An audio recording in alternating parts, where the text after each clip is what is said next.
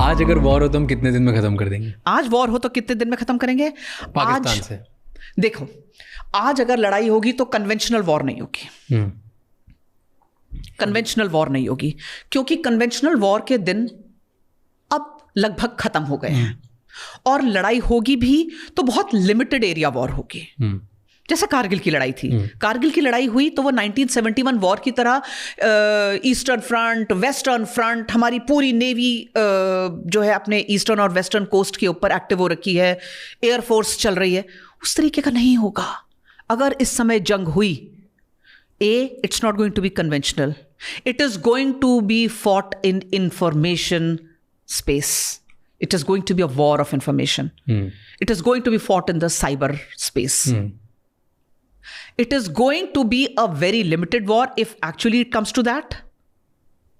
And therefore, it is not going to be, engagement is not going to be long. लेकिन information की लड़ाई है तो चलेगी लंबी। लेकिन conventional war, face to face, eyeball to eyeball with the enemy, no, I don't think it is going to happen. Even if it is going to happen, it will not be long. Certainly it's not going to be 3 months long, because what we have learned from Kargil, it is huge. The lessons are huge. But फिर इतनी border पे अपनी force क्यों लगी हुई है जब इतनी फाइट्स होंगी? Can we choose our neighbors, Raj? No.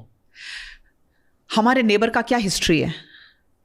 But अब तो नेबर इनसिग्निफिकेंट है। ये आपका मानना है। फौज कहती है दुश्मन को कभी कमजोर मत समझो। और यू थिंक कि हमें उनको कमजोर नहीं समझना चाहिए आज भी? पाकिस्तान के पास अपने सिटीजन्स को एंगेज रखने के लिए इसके अलावा और कुछ नहीं है कि वो इंडिया बैशिंग करें, क्योंकि we cannot choose our neighbours. Now see if China is there, एक तरीके से हमारे हर नेबर में चाइनीज इम्प्रिंट है, और इस समय हमारा कोई भी नेबर, अगर आप जियोपॉलिटिक्स को देखें तो हमारे किसी भी नेबर के साथ में बहुत 10 on 10 संबंध नहीं है। कहीं ना कहीं कुछ सुगबुगाहट है। हमारी तो नहीं है। और वो इसलिए क्योंकि इन चीजों को चाइना एनकरेज कर रहा है। So we are not living in a time where we can only have a wishful thinking. I was speaking to one army general, and उनसे मैंने ये सेम क्वेश्चन पूछा था, and उन्होंने बोला था बहुत सिंपल वर्ड में, which I really liked. He said कि इंडिया की आइडेंटिटी है कि अब हमें वर्ल्ड में थर्ड पहुंचना है, हमें 2047 में वर्ल्ड को हम इंडिया को डेवलप नेशन बनाना है, हम टेक्नोलॉजी में आगे जा रहे हैं, स्टार्टअप्स में आगे जा रहे हैं, मेड इन इंडिया, मैन्युफैक्चरिंग, हम हर जगह अपना ग्लोबल डोमिनेंस बढ़ाने की कोशिश कर रहे हैं, राइट? हम ग्लोबल लीडरशिप की तरफ जा रहे हैं। So that's our focus. हमारी आइडेंटिटी अब इंडिया को लोग 15 और चीज़ों के लिए जानते हैं, पाकिस्तान को लोग सिर्फ इंडिया की वजह से जानते हैं। So they are playing for their identity, and whoever is playing for just one identity, you should not take them lightly. Very right. And is like उनकी और कोई आइडेंटिटी नहीं है। अगर वो थोड़ा बहुत करेंगे कुछ इंडिया के लिए, इंडिया के ऊपर, तो एकदम उनका ग्लोबली नाम फैलेगा। फिर वो बोलेंगे कि इंडिया ने गलत किया, इन्होंने गलत किया, तो they will be relevant. If India stopped engaging with them, they don't have anything, which I felt was a very good answer. Very good answer. और इसमें आप ये देखो, कोई भी जर्नी शॉर्ट टर्म नहीं होती। जब कारगिल हुआ, हमने रियलाइज किया कि गैप है, एम्युनिशन, इक्विपमेंट्स। और आज जब हम आत्मनिर्भर भारत से हम कई तरीके के R&D करके चीज़ें बना रहे हैं, तो यू सी इंडिया की जो इकोनॉमी है, जो पहले डिफेंस की वजह से हम सिर्फ एक बायर्स इकोनॉमी थे, now we are a producers economy. आप देखिए, ब्रह्मोस हमारे पास आया रशिया से, टेक्नोलॉजी भी आई, बन अब रहा है, और सिर्फ बन नहीं रहा है, हम एक्सपोर्ट भी कर रहे हैं। इसी तरीके से बहुत सारी चीजें। तो जंग की वजह से जो हमारे अंदर एक गैप आइडेंटिफाई हुआ, इंडस्ट्री डेवलप हुई, उसकी वजह से हमारे देश में अब फॉरेन करेंसी आ रही है, हमारे देश में अपनी इंडस्ट्रीज खड़ी हो रही हैं, और दूसरा हम जियोपॉलिटिकली बहुत स्ट्रांग उभर के आ रहे हैं। तो जब हम कहते हैं कि हम will be the 5th largest economy, will be the 3rd largest economy, वो कैसे आएगा? वैक्सीन डिप्लोमेसी, इक्विपमेंट डिप्लोमेसी, हम किस तरीके से, तेजस डिप्लोमेसी हम आज इंडिया में बनाएंगे, कल को हम दूसरी कंट्रीज के सामने रखेंगे, और of course it's going to be cost effective, क्योंकि इंडिया तो सबसे पहले पूछता है माइलेज कितना देती है। बिहाइंड द सीन्स वॉर में क्या होता है? जैसे अगर वॉर अनाउंस हुआ कि अब वॉर होगा, तो लॉजिस्टिक्स डिपार्टमेंट में क्या होता है, क्या स्टेप होती, first thing what do you do? जब ये कहा गया कि वॉर शुरू हो गई, एक्चुअली वॉर तो उससे पहले शुरू हो चुकी थी, गवर्नमेंट ने अनाउंस किया फर्स्ट वीक ऑफ मई में कि ऑपरेशन विजय शुरू हो गया, लेकिन फौज तो उससे पहले से लामबंद हो गई, है कि नहीं? तो लॉजिस्टिक्स सबसे पहले क्या करती है, higher headquarters decide the strategy and the tactics, किस तरीके से ये लड़ाई लड़ी जाएगी, कौन कौन से इक्विपमेंट्स यहां आएंगे, किस तरीके की स्पेशलाइज्ड फोर्सेस यहां लगेंगी, कितनी लगेंगी, कब लगेंगी, और उस हिसाब से logistics is suppose to cater for the requirements. तो सबसे पहले लॉजिस्टिक्स का काम होता है कि हमारे पास जो भी स्पेशलाइज्ड इक्विपमेंट आ रहे हैं जो यहां पहले नहीं थे, उनके लिए केटर करना, उनकी रिपेयर और मेंटेनेंस को केटर करना, उनके अपकीप को मेंटेन करना। स्पेशल फोर्सेस आपके पास आ रही हैं, उनको किस तरीके की क्लोथिंग लग रही है, आपके पास है, कितनी जल्दी आप उसको अरेंज कर सकते हैं, क्योंकि यहां टाइम भी है, इक्विपमेंट भी है, एक कहते हैं ना प्रीमियम, समय भी बहुत कम है, और कितनी जल्दी आप परफॉर्म करते हैं, और सिर्फ जल्दी परफॉर्म नहीं करते हैं, कितना सही परफॉर्म करते हैं। जैसे मैंने आपको बताया कि आप गलत सामान गलत यूनिट को नहीं दे सकते, आपका सामान आना भी सही चाहिए, इशू भी सही होना चाहिए। दूसरी चीज, ऑपरेशन के टाइम पे बैटल प्लान्स इवॉल्व होते हैं, एंटिसिपेट करते हैं, ऑन द गो है। आप डिफेंस पे बैठे थे, लेकिन हम कहते हैं नहीं, we'll go on offensive, attack करो। अब आप ऑफेंसिव या डिफेंस, आपके जब प्लान्स चेंज हो रहे हैं, आपको जिन चीजों की रिक्वायरमेंट है, अब आप हर एक के एकदम बैक एंड कॉल पे तो सामान नहीं रख सकते, ना आप बहुत दूर सामान रख सकते हैं, ना आप बहुत पास रख सकते हैं। तो आप एक सेंट्रल जगह रखेंगे जहां से उस जगह जितनी यूनिट्स डिप्लॉयड हैं उन्हें रियल टाइम में सामान इशू कराया जा सकते। तो tell me this logistics, I want to know step by step, कौन से सोल्जर को कौन सी गन मिलेगी, कितने बुलेट्स मिलेगी, कैसे जाएगा, कौन सी यूनिट को कौन सा सामान जाएगा, किसी को ज़्यादा चाहिए कम चाहिए, ऑल ऑफ दिस ये कौन डिसाइड करता है? That is one.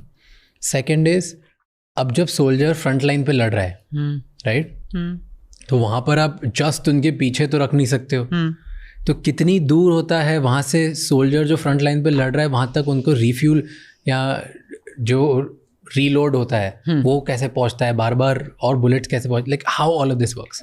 जब हमारे पास फॉर एग्जाम्पल ये लड़ाई का टाइम था, है ना, लड़ाई के टाइम पर यूनिट्स आ रही हैं, यूनिट्स अपना हथियार लेकर आ रही हैं,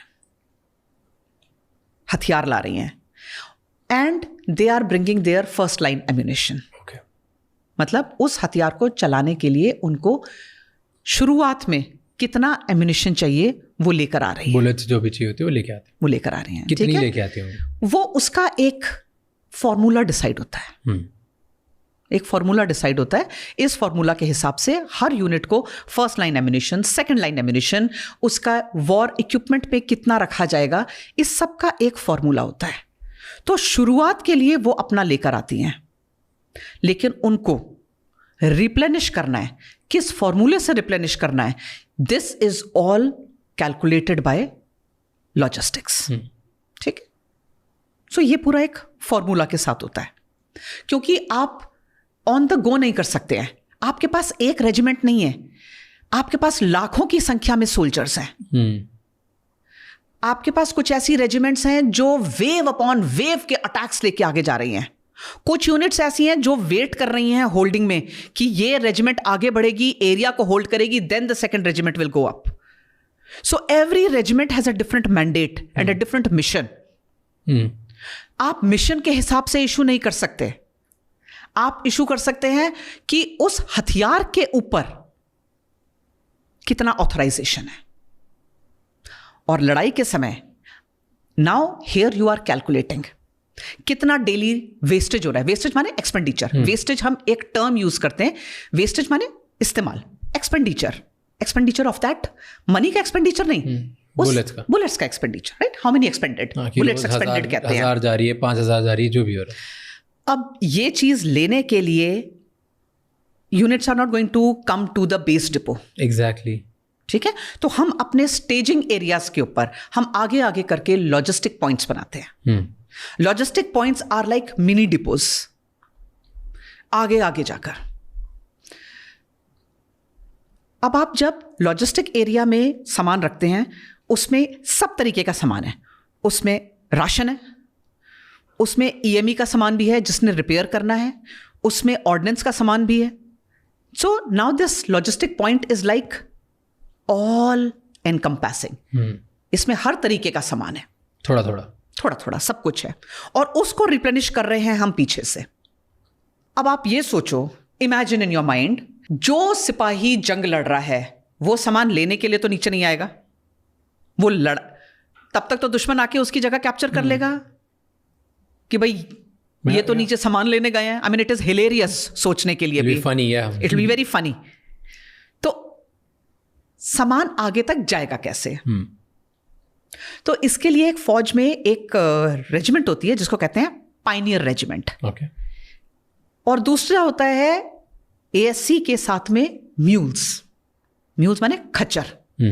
खच्चर के ऊपर सामान रखा जाता है, क्योंकि जहां जहां फौज बैठी है वहां अगर उसको सामान चाहिए तो वहां खच्चर ही जा सकता है ऊपर पहाड़ियों के बीच बीच में से निकल के।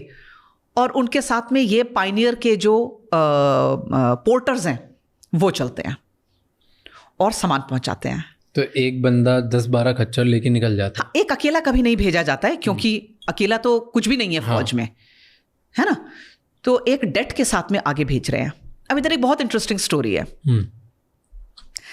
जब एकदम से लड़ाई शुरू हुई, सरप्राइज में लड़ाई शुरू हुई, एकदम से बहुत सारी रेजिमेंट आई, तो अब हमारे पास जो पायनियर रेजिमेंट है वो इतनी नहीं थी जो इतने लोगों को प्रोवाइड कर पाए। कभी सोचा आपने कि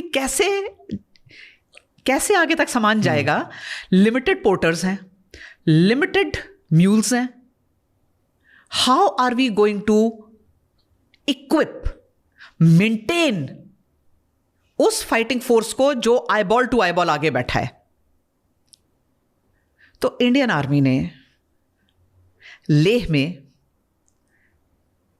एक रिक्वेस्ट करी, एक अनाउंसमेंट हुई कि हमको कुछ पोर्टर्स चाहिए। और अगर आपको लगता है कि आप आगे आएं और जरूरत की घड़ी में हमारा साथ दें, तो we are thankful, Indian army will be thankful. तो हमें लग रहा था 30-40 लोग आएंगे। अगले दिन वहां 400 से ज्यादा लद्दाखी यूथ खड़ा था कि हमको काम बताओ, हम आगे जाएंगे। कारगिल की लड़ाई लड़ी कैसे पाकिस्तान ने? बहुत ध्यान से सोचा हुआ था। जिस समय बर्फ पड़ी उस समय उन्होंने कारगिल, द्रास, तुर्तुक, मशको, ये पूरी जो बर्फ से भरी हुई पहाड़ियां थी, इनके ऊपर उन्होंने जो इंडिया की पोस्ट्स थी, जो विंटर वेकेटेड पोस्ट्स थी, जब विंटर में वहां बिल्कुल बर्फ हो जाती तो भारतीय सेना नीचे आ जाती है। जब थॉ होती है, बर्फ पिघलती है, बर्फ वापस आप जाते हैं और अपनी पोस्ट्स को ऑक्यूपाई करते हैं। उन्होंने उस बर्फ का फायदा उठाकर उन पोस्ट्स को ऑक्यूपाई कर लिया। थ्रू आउट विंटर सीजन वो फोर्टिफाई हो गए। ठीक, उन्होंने उन जगहों पे अपना कब्जा किया जहां वो नेशनल हाईवे 1 अल्फा के ऊपर नजर रख सकते थे। नेशनल हाईवे 1 अल्फा वो सड़क है जो कश्मीर को लद्दाख से जोड़ती है। दुश्मन चाहता था कि नेशनल हाईवे 1 अल्फा के ऊपर चोक हो जाए, तरीके से, मतलब उसको चोक कर दें वो नेशनल हाईवे को, जिससे दुश्मन उस पूरे एरिया को, लद्दाख के एरिया को भारत से अलग कर दे और इंटरनेशनल तरीके से सियाचिन के मुद्दे को वो उछाल सकें, क्योंकि वहीं से सड़क सियाचिन को भी जाती थी। जो हमारी गाड़ियां वहां से आ रही थीं उनके ऊपर गोलाबारी हो रही थी। ये गाड़ियां कौन सी थी? तो आपने लॉजिस्टिक्स पूछा, तो लॉजिस्टिक्स को समझने के लिए हाई एल्टीट्यूड में होता है एक कॉन्सेप्ट जो हमारी बाइबल है, जिसको कहा जाता है एडवांस विंटर स्टॉकिंग। ओके, कैसे होती है एडवांस विंटर स्टॉकिंग? बताओ। आप बताओगे? मैं ही बताऊंगी। आप ही बताओगे। एडवांस विंटर स्टॉकिंग होती है कि साल में तकरीबन 8 महीने वो सड़क बंद है और 4 महीने वो सड़क खुली है।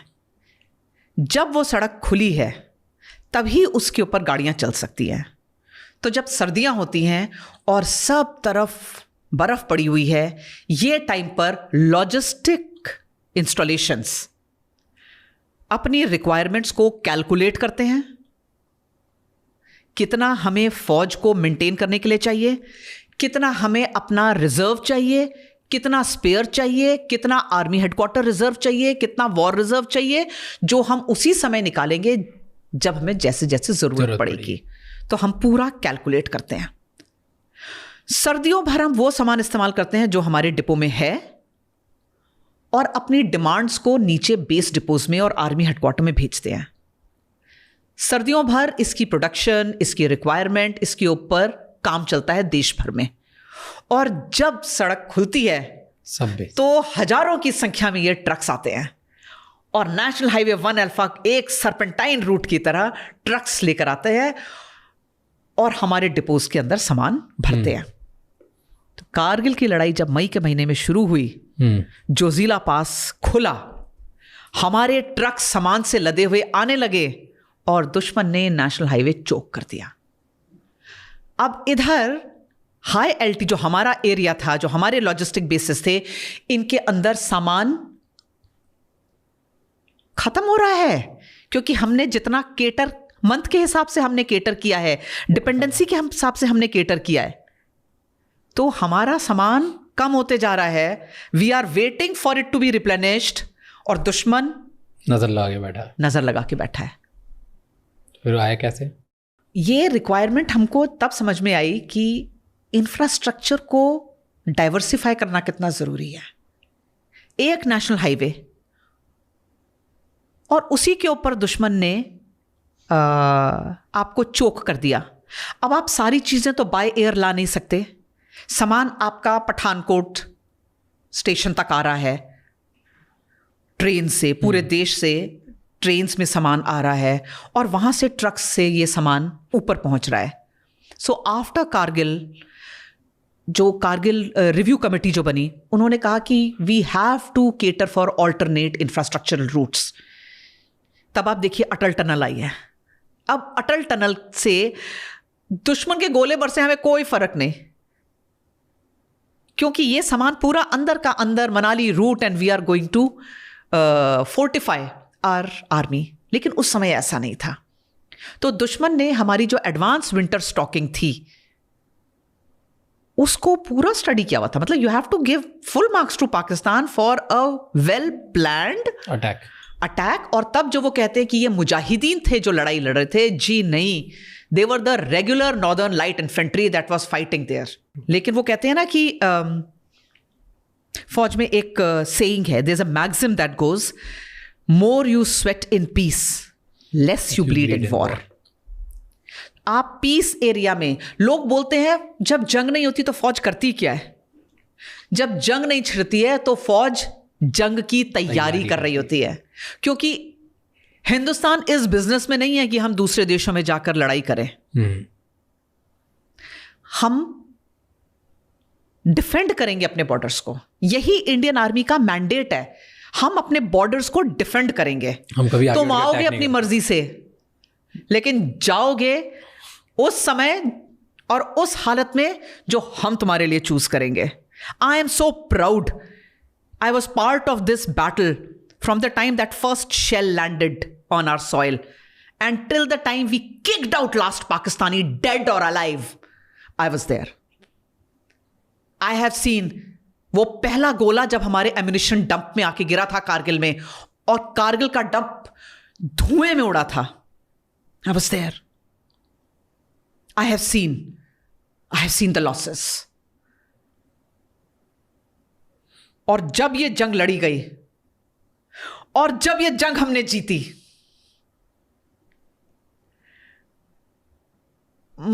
मैं आपको एक्सप्लेन नहीं कर सकती हूं वो शौर्य, वो गर्व। मेरे आज भी रोंगटे खड़े होते हैं जब मैं कारगिल विजय दिवस पे खड़ी होती हूं। कारगिल की 25वीं सालगिरह पे मैं एक महिंद्रा कार रैली का हिस्सा थी।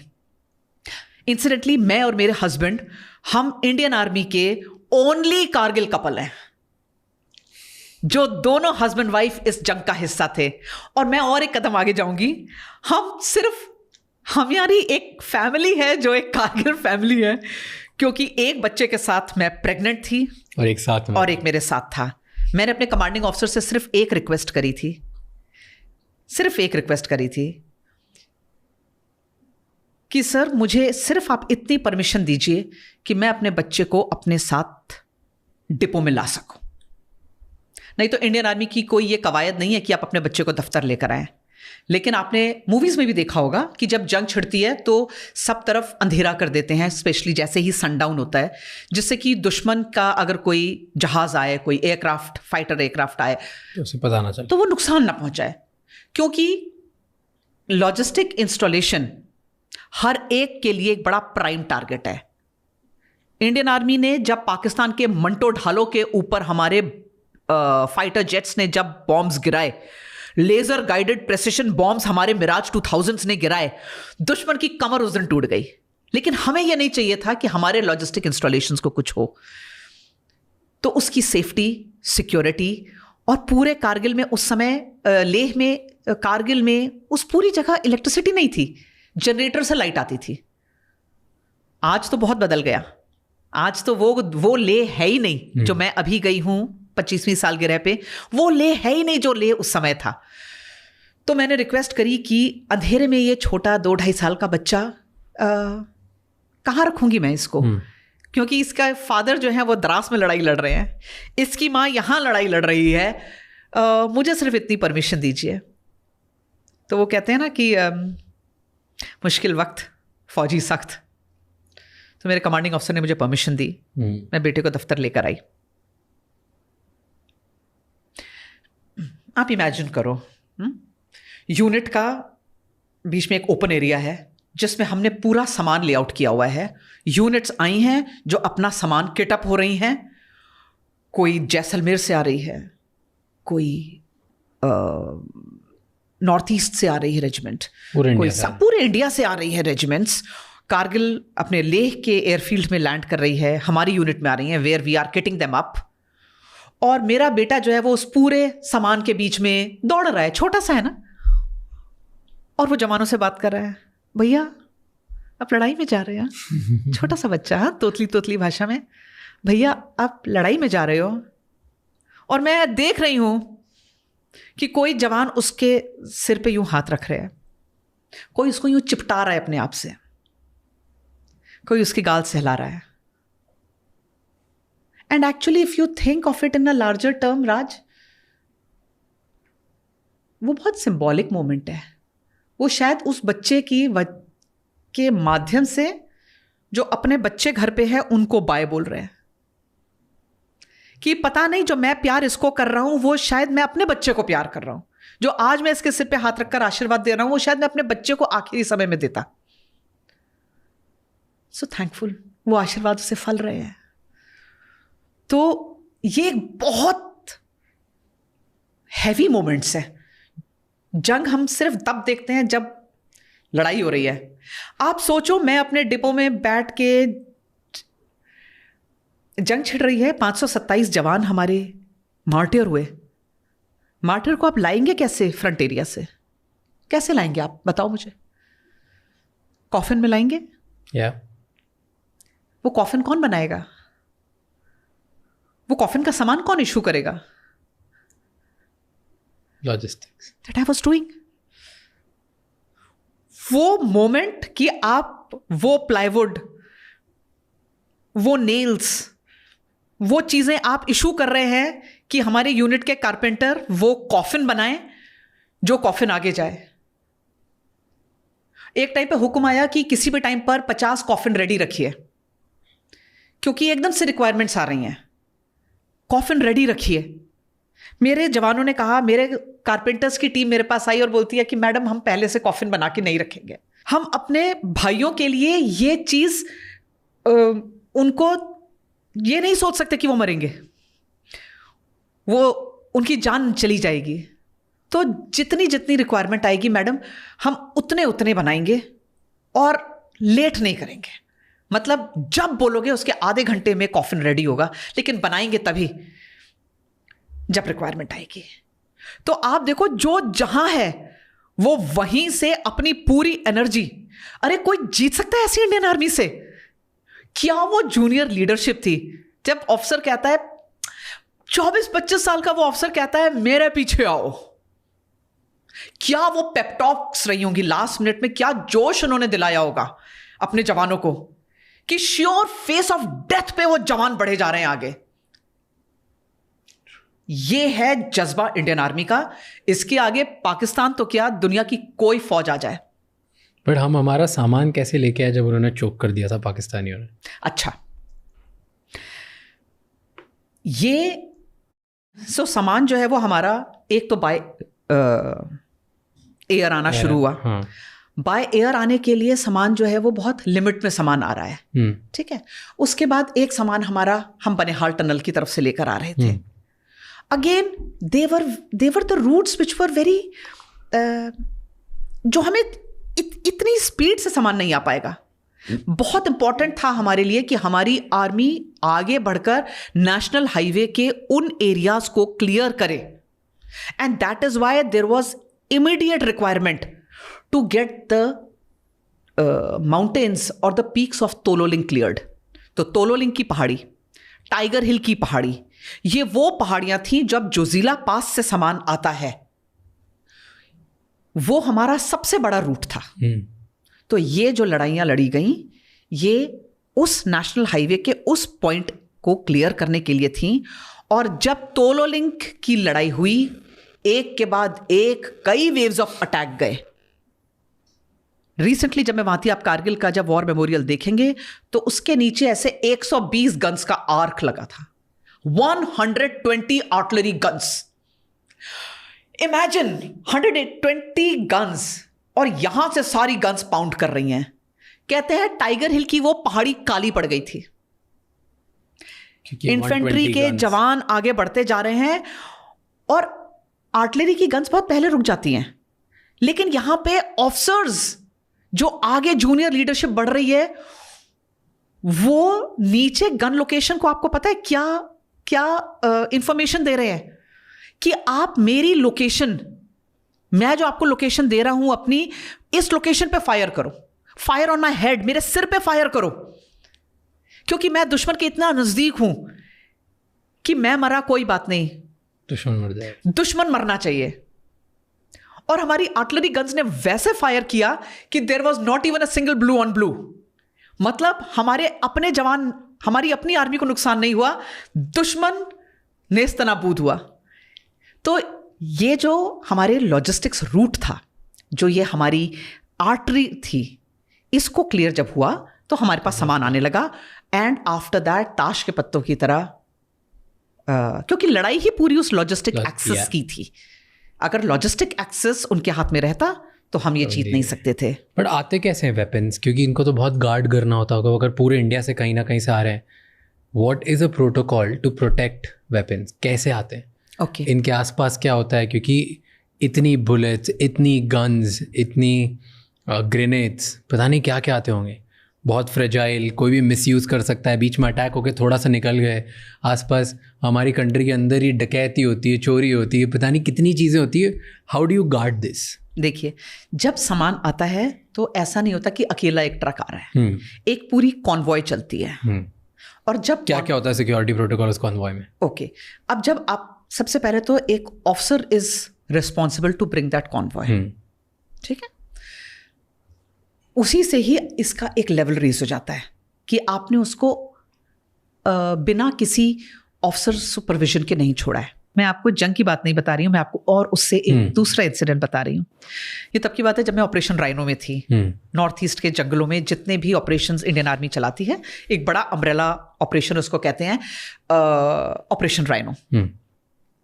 उस समय 1994 की बात मैं कर रही हूँ, तो ULFA was very very active, और हमारा जो बेस डिपो था उसमें एक बेस डिपो से आगे तक के लिए AK-47 की ट्रेन आ रही थी पूरी, and I was a security officer for that, so I was in that train.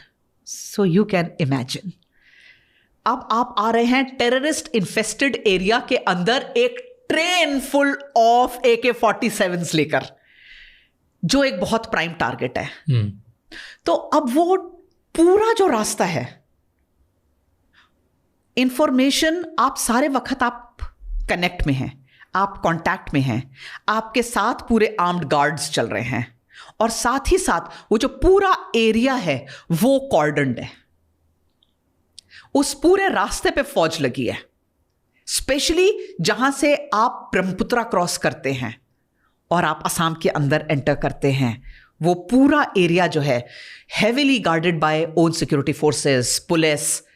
और जिस दिन हम पहुंचे हैं गुवाहाटी के रेलवे स्टेशन पे और ये अनलोड हुई, ओवरनाइट वो हथियार की पेटियों पे पेटियां किस तरीके से हमने रिकॉर्ड टाइम पे वहां से निकाली और डिपो के अंदर सेफ जोन में पहुंचाई without a single mishap happening. तो क्या स्पेशल मेजर्स लेते हो जिससे protect? So there is lot of security protocol. A, it is not alone. B, it is not only on the local area formation.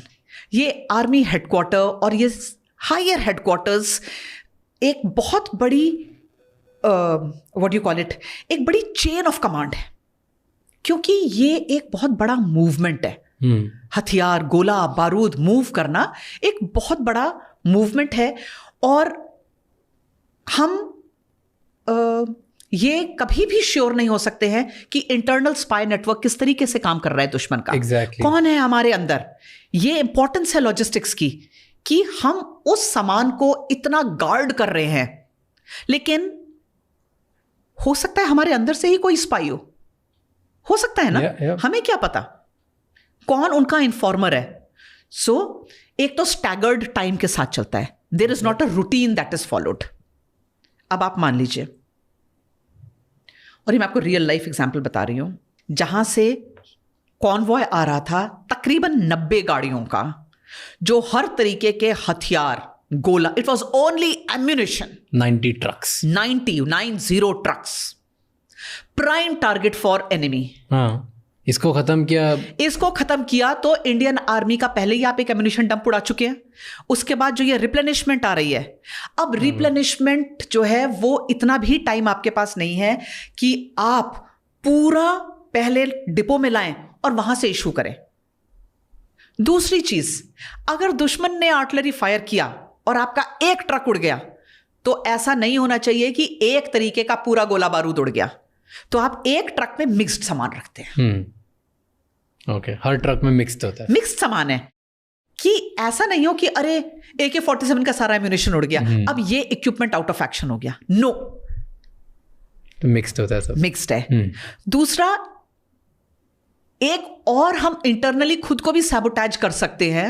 हम ammunition के साथ B type उसका pairing fuse न दें, तो भी वो हमारा एम्यूनिशन वेस्ट हो गया। तो ये बहुत इंपॉर्टेंट है कि हम पूरा जो रास्ता है वो सेफ हो, कॉर्डन्ड हो, रूटीन ना हो, स्टैगर्ड टाइम के साथ निकले। तो जब ये कॉन्वॉय आ रही थी तो कभी तेज कभी हल्की, जिससे कि दुश्मन को जजमेंट नहीं लग पाए कि कितनी टाइम पे कितनी आ रही है। दूसरी आपको एक ऐसी कहानी सुनाऊंगी राज, आपके रोंगटे खड़े हो जाएंगे। जब हमारी ये कॉन्वॉयज आ रही थी, क्योंकि ये दुश्मन का बहुत प्राइम टारगेट था, तो हम दिन के समय गाड़ियां नहीं चला रहे थे, हम रात के समय चला रहे थे कॉन्वॉय। अब आप बोलोगे रात के समय भी तो दुश्मन देखेगा ना, दुश्मन ने तो देखना ही है। एग्जैक्टली। अगर आपने लद्दाख की पहाड़ियां देखी हैं तो वैसे चाकू जैसी पहाड़ियां, काली धारदार पहाड़ियां, एंड बहुत स्टीप उनके बेंड्स हैं, और बिल्कुल खड्डे एक तरफ। इसके बीच में हमारे एएससी के जो ड्राइवर्स थे, एक्सपर्ट ड्राइवर्स, लाइट ऑफ करके गाड़ियां चला रहे थे। कॉन्वॉय के आगे जवान टॉर्च लेकर धीरे धीरे दौड़ते हुए आगे बढ़ रहे थे। उनके पीछे पहली गाड़ी चल रही है, तेज नहीं दौड़ा सकते हैं, आवाज आएगी। धीरे धीरे धीरे करके कॉन्वॉय आगे बढ़ रहा है उस स्ट्रेच से, क्योंकि पूरा स्ट्रेच तो दुश्मन की निगाह में नहीं था। कुछ कुछ स्ट्रेचेस थे पॉट शॉट के। उस एरिया से जहां से दुश्मन आपको डायरेक्ट देख सकता है, वहां हमारे जवान टॉर्च लाइट में धीरे धीरे आगे दौड़ते हुए जा रहे हैं, हाई एल्टीट्यूड में, जहां सांस नहीं आ रही है। और उसके पीछे ये पूरी गाड़ियों की कॉन्वॉय सांप की तरह से धीरे धीरे धीरे धीरे आगे बढ़ रही है। गन लोकेशंस पे पहुंचकर ऑफलोड कर रहे हैं वो एम्यूनिशन जो उस गन को चाहिए। कोई गन ऐसी नहीं हुई जिसके पास गलत एम्यूनिशन आ गया। Isn't that beautiful? It's amazing. और लॉजिस्टिक्स की बात करना इसलिए जरूरी है क्योंकि सप्लाई चेन मैनेजमेंट के ऊपर जंगें जीती जाती हैं या जंगें हारी जाती हैं क्योंकि लॉजिस्टिक्स नहीं है तो मोरल नहीं है। नेपोलियन बोनापार्ट का बड़ा बढ़िया सेइंग है।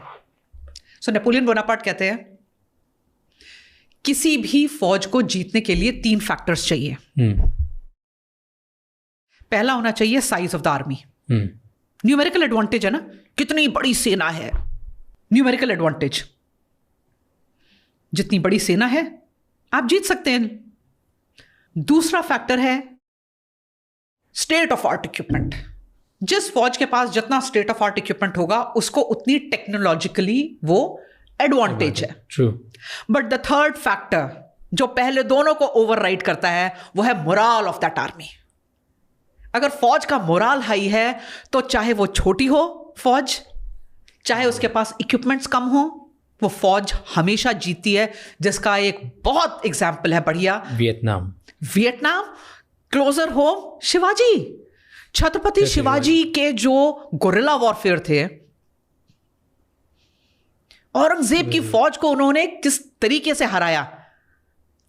तो मोरल ऑफ द आर्मी बहुत बड़ी चीज है और मोरल को हाई रखने के लिए confident leadership, inspirational leadership and good logistics. जब लॉजिस्टिक्स की बात करते हैं तो एक ट्रक को गार्ड करने के लिए कितने सोल्जर्स होते हैं? Let's say you said a train full of, पूरी ट्रेन AK-47, तो कितने सोल्जर्स को गार्ड कर रहे होंगे? देखिए एट एनी गिवन पॉइंट, क्योंकि वो सबसे इंपॉर्टेंट होगा ना ट्रेन को गार्ड। हाँ बिल्कुल। आपकी ट्रेन किसी ने रोक दी, आपके रेलवे ट्रैक के ऊपर किसी ने पत्थर डाल दिए, तो आप किस तरीके से उसको वो करेंगे? So you can easily take it that these are going to be the regiments who are given responsibility, जो टाइम पर चेंज हो रही हैं। अच्छा। क्योंकि आप 24/7 एक रिस्पॉन्सिबिलिटी आप तो शिफ्ट करते आते हैं, शिफ्ट करते जा रहे हैं ना। और वही चीज है, आप स्टैगर्ड टाइम के साथ आगे बढ़ रहे हैं। आप कोई रूटीन नहीं फॉलो कर रहे हैं। अगर आपको 2 दिन में पहुंचना है तो वो 2 दिन में आपको एक ग्रीन कॉरिडोर मिल रहा है। उस समय की बात और थी, आज की बात और है। और हम जब बात करते हैं कि किस तरीके से लॉजिस्टिक्स काम करती है, तो लॉजिस्टिक्स आइसोलेशन में कुछ भी नहीं करती, क्योंकि लॉजिस्टिक्स के अपने पास कोई फाइटिंग फोर्स नहीं है। Logistics is not a fighting force. Logistics सब पीछे से सपोर्ट कर रही है। बट गार्ड्स तो और गार्ड नहीं, लॉजिस्टिक के गार्ड्स नहीं है। लॉजिस्टिक के सिपाही ने गन नहीं उठाया है यहाँ पे। ये पूरे हमारे इन्फेंट्री सोल्जर्स हैं जो सपोर्ट कर रहे हैं। लॉजिस्टिक्स का काम है गोला बारूद आपको देना। बट जिस ट्रक में आ रहा है उस ट्रक को तो सिक्योर करने के लिए लोग चाहिए होंगे। इन्फेंट्री ऑफिसर, इन्फेंट्री जवान आर देयर।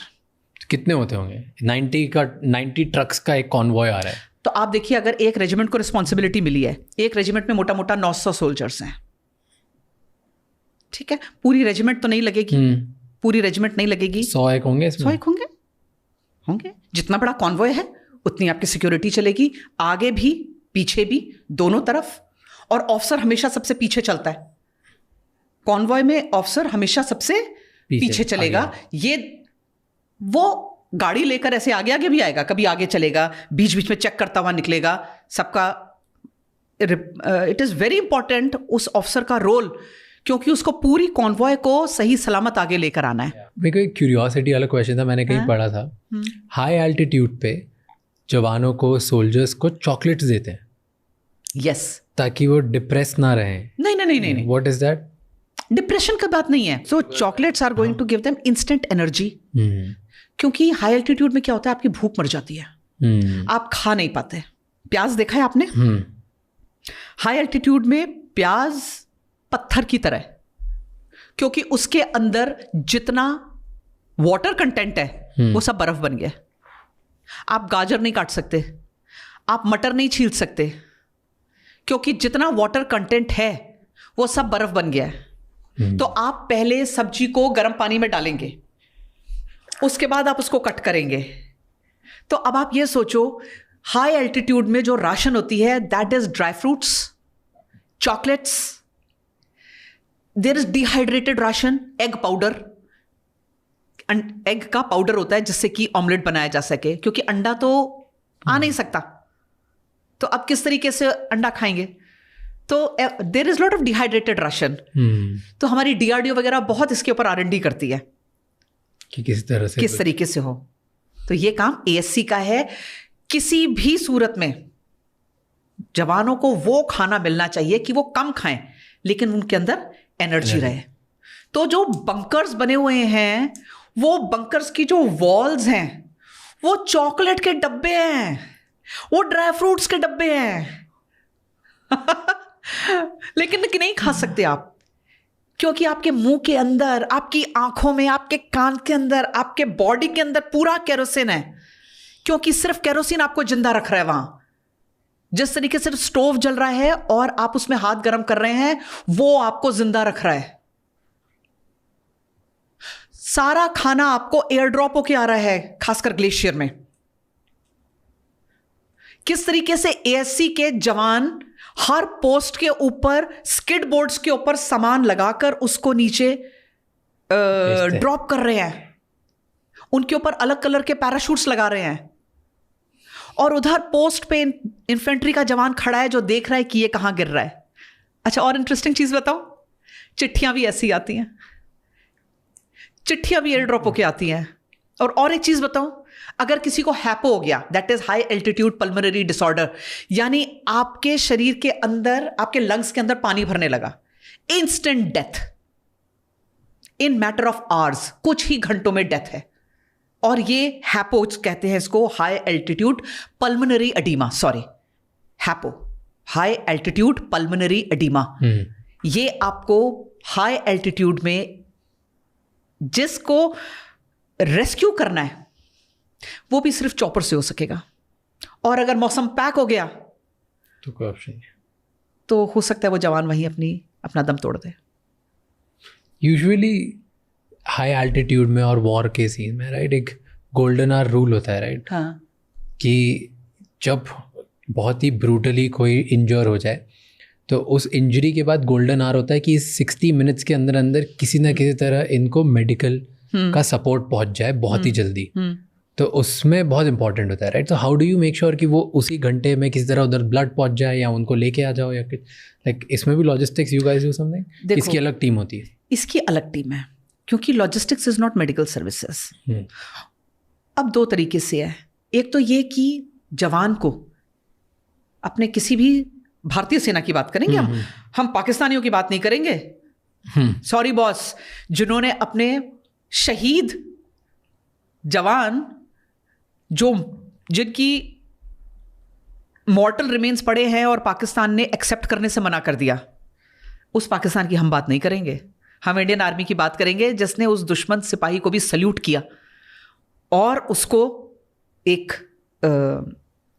फौजी तरीके से उसके लास्ट राइट्स किए उनके रिलीजन के हिसाब से। ये हमने किया, लेकिन ये उसकी बात नहीं करेंगे, हम इंडिया की बात करेंगे।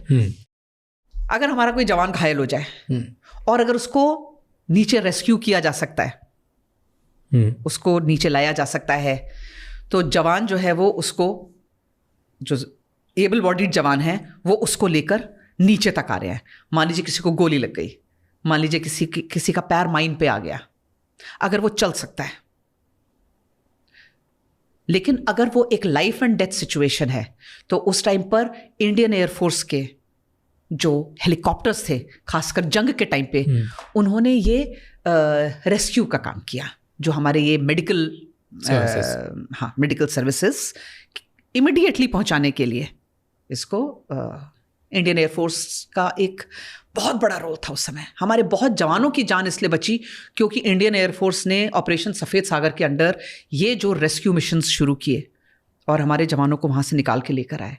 क्योंकि इतनी ऊंची ऊंची पहाड़ियों पे बहुत मुश्किल था, क्योंकि आपके पास लिमिटेड जवान है। आप और जवानों को कम नहीं कर सकते कि उनको और लोग नीचे लेकर आए। देयर आर सच स्टोरीज कि एक जवान का हाथ उड़ गया और उसने अपना हाथ यूं पकड़ लिया, उसने हाथ पकड़ लिया अपना, समझ नहीं आती ना ये कहानियां। और तब तक पीछे वाले ने बोला कि टाइम क्या हुआ है, उसने बोला उसी हाथ पे घड़ी है। आप कहां से लाएंगे ऐसी फौज, आप कहां से लाएंगे भाई?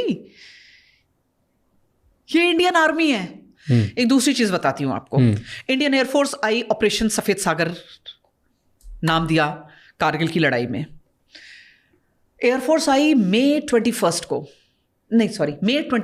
को। ओके। इंडियन आर्मी का ऑपरेशन शुरू हो गया था मई 5 को। We were 21 days without air force, crucial time.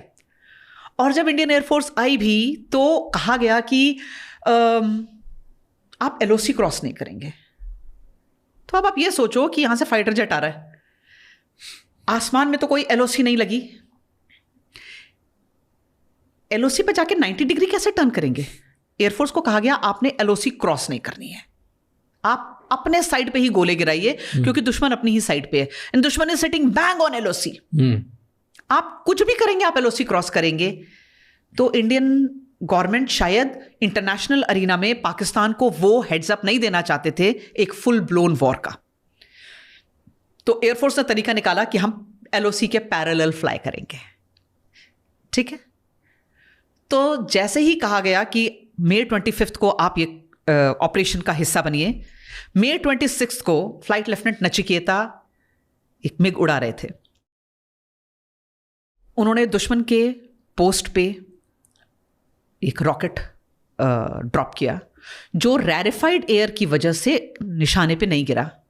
उनके जो इंजन था उसमें सर्ज हो गया और उनके इंजन में आग लग गई और प्लेन जो है वो पत्थर की तरह नीचे आने लगा। ही इजेक्टेड, माने वो निकल गए, वो बाहर निकले, लेकिन निकलते हुए उन्होंने अपना मेडे कॉल जो था वो पीछे अपने हेडक्वार्टर्स को दे दिया। उसी समय एक और मिग आसमान पे था जिसको स्क्वाड्रन लीडर अजय आहूजा उड़ा रहे थे। He was on a reconnaissance mission. उनको कहा गया कि जरा आप ये देखो कि वो कहां गिरा है, so that we can retrieve the air warrior back. अब ये नीचे उड़ रहे थे, बम की आवाज हुई और जहाज में आग लग गई। नीचे से जो पाकिस्तान की फोर्सेस थी उन्होंने shoulder mounted surface to air missile, जो स्टिंगर मिसाइल्स थी, वो फायर करी थी और उस मिग में आग लग गई। अजय आहूजा इजेक्ट हुए और पैराशूट से जब नीचे आ रहे थे तो he was fired upon. It is against Geneva convention. आप कभी भी पैराशूट से जो नीचे आ रहा है, क्योंकि उसके पास फेयर फाइट नहीं है, उसके ऊपर आप फायर नहीं कर सकते। It is not the ethics of war. लेकिन पाकिस्तानियों ने उनके ऊपर गोली चलाई। जब वो नीचे गिरे तो पॉइंट ब्लैंक रेंज पे उनके ऊपर गोलियां मारी गई। His bones were shattered, his body was like अ छलनी। अगले दिन एक मी-17 जहाज हेलीकॉप्टर, उसके ऊपर भी ये मिसाइल का अटैक आया। Indian air force went back on the drawing board. Beach operation में उन्होंने अपनी ऑप्स की स्ट्रैटेजी को रिवर्क किया। तो अगर इंडियन एयरफोर्स जंग के बीच में स्ट्रैटेजी रिवर्क कर सकती है तो आप और हम किस झाड़ की पत्ती हैं? माने ईगो नहीं होनी चाहिए, हम कभी भी करेक्शन कर सकते हैं लाइफ में। They went back on drawing board और उन्होंने बोला पहली चीज, हम ऐसा कोई जहाज नहीं उड़ाएंगे जो 28,000 से नीचे उड़े, क्योंकि स्टिंगर मिसाइल का रेंज 28,000 फीट है, हमारे जहाज कम से कम 30,000 फुट पे उड़ेंगे।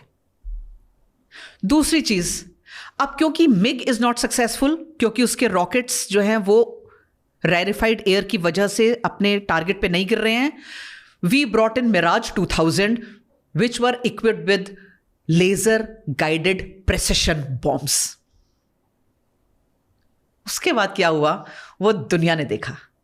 माने तकरीबन 9,000 सॉर्टीज वर डन, एक भी जहाज को खरोंच नहीं आई, सिर्फ शुरुआती ये जो 3 एक्सीडेंट्स हुए।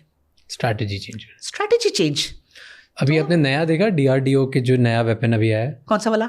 जो लेजर बीम जो ड्रोन्स को टैकल करने के लिए आई। Yes. Did you see that? I have वो seen. एक छोटा सा ट्रक जैसा है जिसमें पीछे पूरा लेजर माउंटेड वेपन है, वो ड्रोन को देखते से लेजर से उड़ा देगा। तो अभी आपको पता है कि जब ये लेजर गाइडेड बॉम्ब्स आए हमारे पास, इस टाइम पे हमारे ऊपर बहुत सैंक्शंस लगे थे। हमारे पास अमेरिका ने बॉम्ब्स तो दिए थे लेकिन उसके फ्यूज नहीं दिए थे। And you know who came to our help? Israel. और जुगाड़ किए गए कि कैसे इसको हम वर्कआउट करें, एंड द जुगाड़्स वर्कड आउट। तो Israel and Russia has helped us a lot right over the years. Yes, जबकि इंडिया ने एक जमाने पे इजराइल के अगेंस्ट वोट किया था जब वो इंडिपेंडेंट स्टेट की बात आई थी। But now India supports Israel. India supports Israel. And India supports Russia also. Yes. And Russia has been a time-tested friend. आपको अगर मैं 1971 की कहानियां सुनाऊंगी तो मुझे लगता है उसके लिए एक अलग ही एपिसोड करना पड़ेगा। How their nuclear submarines surfaced and American warships had to turn back. Just because at the right time Russia came at our help. तो ये 2 बड़े time-tested friends हैं और हमें अपने फ्रेंड्स को एकदम नज़दीक रखना चाहिए।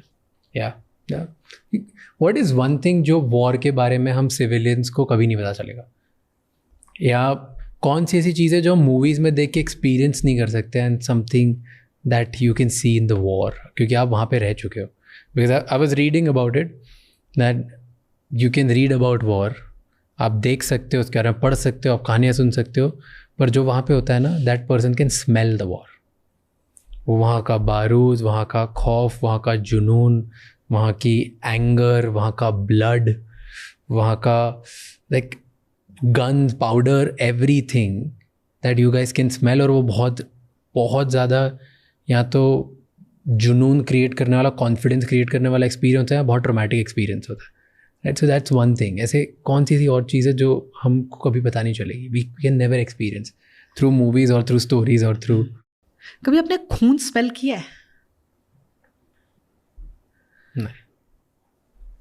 कभी आपने वो डीजल स्मेल किया है? जब ऐसे आर्टिलरी गन्स ऐसे मूव करती जा रही हैं, तो big weapon systems when they are there, वो गुस्सा, वो पेन, सिर्फ आप 3 शब्दों के लिए खड़े हो, 3 शब्दों के लिए, और वो है ड्यूटी, ऑनर, करेज, जिसको अगर हम हिंदी में बोलें नाम, नमक और निशान। कारगिल का कितने दिन तक चला था वो? 3 महीने। 3 महीने, हमको 3 महीने लगे उनको प्रॉपरली सरेंडर कराने में, हराने में। जुलाई। और मैं आपको एक चीज़ और बताती हूँ, ये जून जुलाई के ही 3 महीने थे when I was in my second trimester of pregnancy and I was there. Wow. तो आप जंग के मैदान में खड़े हैं विद अ प्रेग्नेंट बेली, और जब आप चल के आते हैं, आप सिर्फ इमेजिन करो राज, आपके एक हाथ में आपकी कार्बाइन है, एक हाथ में मैंने अपने 2 साल का बच्चा पकड़ा है, और मैं प्रेग्नेंट हूँ। तो वो समय ऐसा था जब मेरी पोस्टिंग हुई हाई एल्टीट्यूड पे। I was the first lady officer जिसको हाई एल्टीट्यूड और एक्सट्रीम कोल्ड क्लाइमेट की पोस्टिंग मिली। 1997 की बात है। तो जब मैं पहुंची तो फौज के कुछ बड़े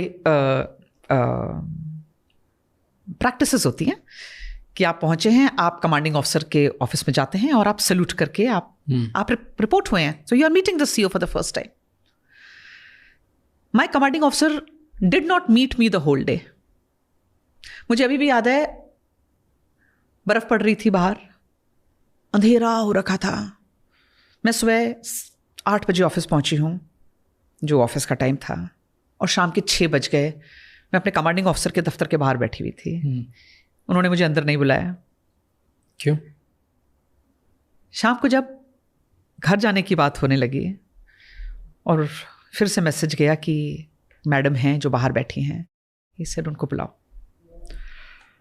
मुझे ऐसा लगता है जैसे आज भी वो दिन अभी ही हुआ है जैसे. तो उन्होंने ऐसे मेरी तरफ देखा, मैं अंदर गई, जबरदस्त थम, जोश होता है ना एकदम, थम, salute. And I said, lieutenant Yashika Hatwal Tyagi sir. And he just looked at me.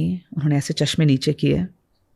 He looked me full in the face and said, we never wanted you here. उस समय मुझे नहीं पता था कि मैं आर्मी हेडक्वार्टर का एक्सपेरिमेंट हूं. पहली लेडी ऑफिसर लॉजिस्टिक्स विंग की हाई एल्टीट्यूड में, जहां तक नजर जाए कोई लेडी ऑफिसर नहीं. और फिर जब कारगिल की लड़ाई शुरू हुई तो उस समय मेरा 2 साल का टेन्योर पूरा हो रहा था. और वहां पर टेन्योर 24 मंथ्स का होता है. मतलब हम वहां साल में भी नहीं गिनते हैं टेन्योर, हम मंथ में गिनते हैं हाई एल्टीट्यूड में. तो 24 मंथ्स का टेन्योर है. लेकिन लड़ाई छिड़ गई तो सबकी पोस्टिंग्स, छुट्टियां सब रुक गई थी. अब पोस्टिंग रुक गई है. My commanding officer called me. Commanding officer ने बोला कि यू आर प्रेग्नेंट. अगर तुम बोलोगी और केस टेकअप करोगे तो शायद आर्मी हेडक्वार्टर तुम्हारी पोस्टिंग कर दे.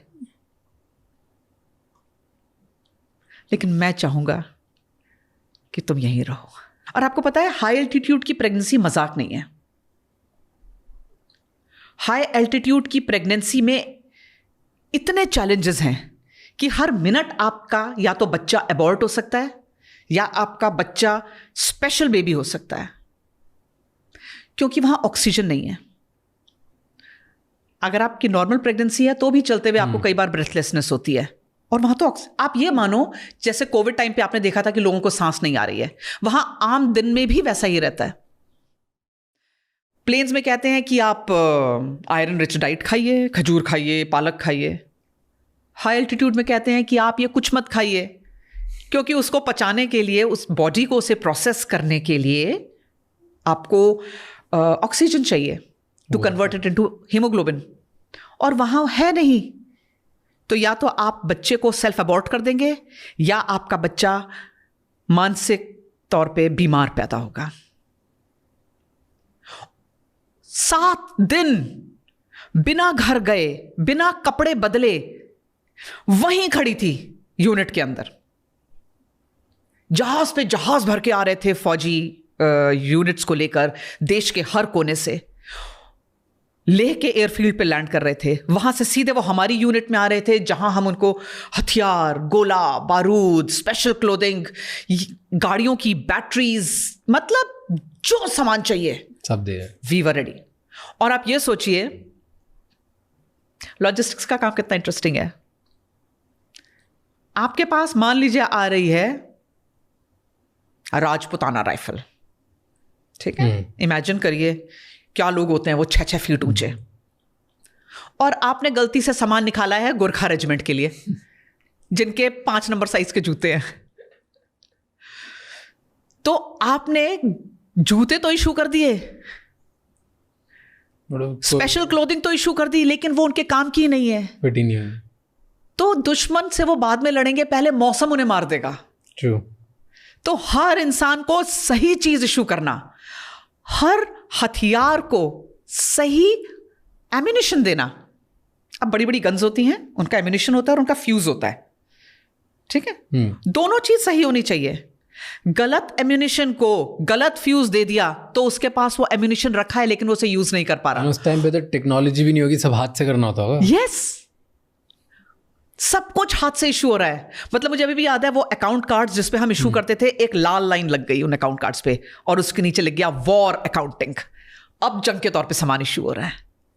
नॉट ओनली दिस, मैं अपनी यूनिट से, लेह से, I was going on a very regular basis Kargil, Dras, Mushkoh, क्योंकि जगह जगह हमने लॉजिस्टिक पॉइंट्स एस्टैब्लिश कर रखे थे। वहां जाकर फर्स्ट हैंड इंफॉर्मेशन लेके आनी है। अब मैंने आपको बताया मेरे पास 2 साल का बच्चा था। बच्चे को तो मैं नहीं लेके जा सकती फ्रंट पे, बच्चा कहां छोड़ूंगी। क्या किया? हमारे ऑर्डिनेंस डिपो में लद्दाखी लेबरर्स थी, लद्दाखी औरतें, और लद्दाखी औरतों ने कहा मैडम चिंता नहीं करो, बच्चा हम देखेंगे, आप जाओ। These are the stories. और कभी 1 दिन, कभी 2 दिन आप वहां खड़े हो जहां बोफोर्स की guns they are pounding and you are listening to that and you say I have shoot that, ये गोला मैंने शू किया है।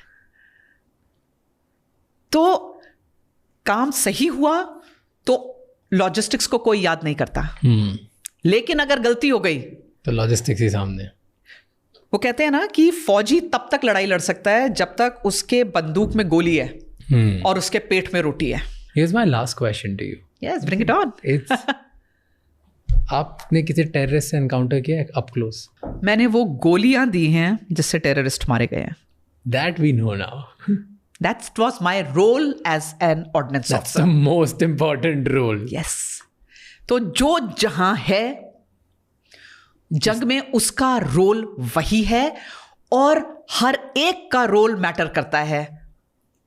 चाहे वो एक डॉक्टर है फौज का, चाहे वो एक इंजीनियर है फौज का, चाहे वो गाड़ी रिपेयर करने वाला है, चाहे वो ड्राइवर है, चाहे वो लास्ट सोल्जर है जो आईबॉल टू आईबॉल कांटेक्ट में है एनिमी के साथ। जिसका जो रोल है वो अपना रोल बखूबी से निभाए, तभी पूरी फौज की जीत होती है। एज लॉजिस्टिक्स ऑफिसर मैंने कभी कोई मिलिटेंट नहीं मारा है, क्योंकि ये मेरे सर्विस का मैंडेट नहीं था। मेरा मैंडेट था वो गोली देना, हथियार को रेडी रखना, कि हथियार अगर रिपेयर मांग रहा है तो उसकी जो रिपेयर का चीज है वो उस समय वहां मौजूद होना चाहिए, और वो गोली देना जो यहां जाके लगेगी उसे। And I will also leave you with a last and final word from my side. ये एक फौजी की तरफ से एक फाइनल लेसन है। Always choose harder right over easier wrong, and never let your wishbone grow where a backbone should be. Nice. Very powerful words. This is philosophy of life. आपके जीवन में हमेशा आपके पास 2 रास्ते आएंगे। एक होगा आसान रास्ता जो शायद अनएथिकल हो, एक आएगा कठिन रास्ता लेकिन अनडिनायबली राइट। आपको भगवान उतनी ताकत दे कि आप जीवन के हर पड़ाव पे कठिन रास्ता चुने जो सही हो, and keep that warrior alive inside you always. Perfect. Thank you so much. Thank you. It was a pleasure having you. एक बार मेरे साथ जय हिंद बोलिए।